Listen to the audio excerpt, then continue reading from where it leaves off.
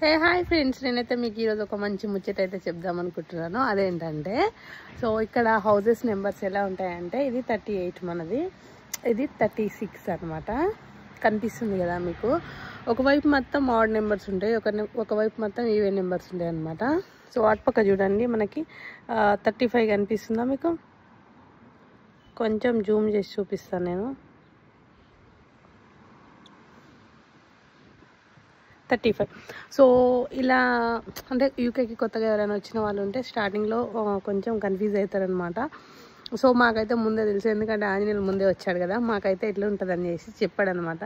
ఆయన ఫస్ట్ స్టార్టింగ్లో వచ్చినప్పుడు చాలా కన్ఫ్యూజ్ అయ్యాడంట.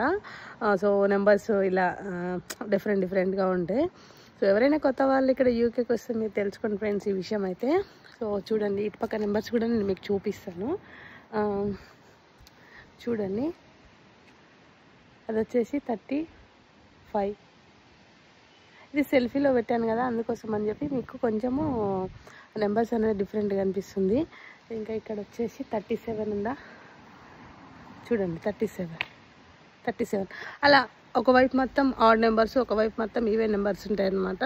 సో కొంచెం ఫన్నీగా ఉంది కదా, నాకైతే చాలా ఫన్నీగా అనిపించింది.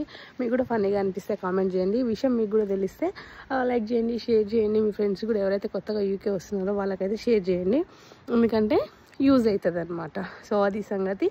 Okay friends, bye.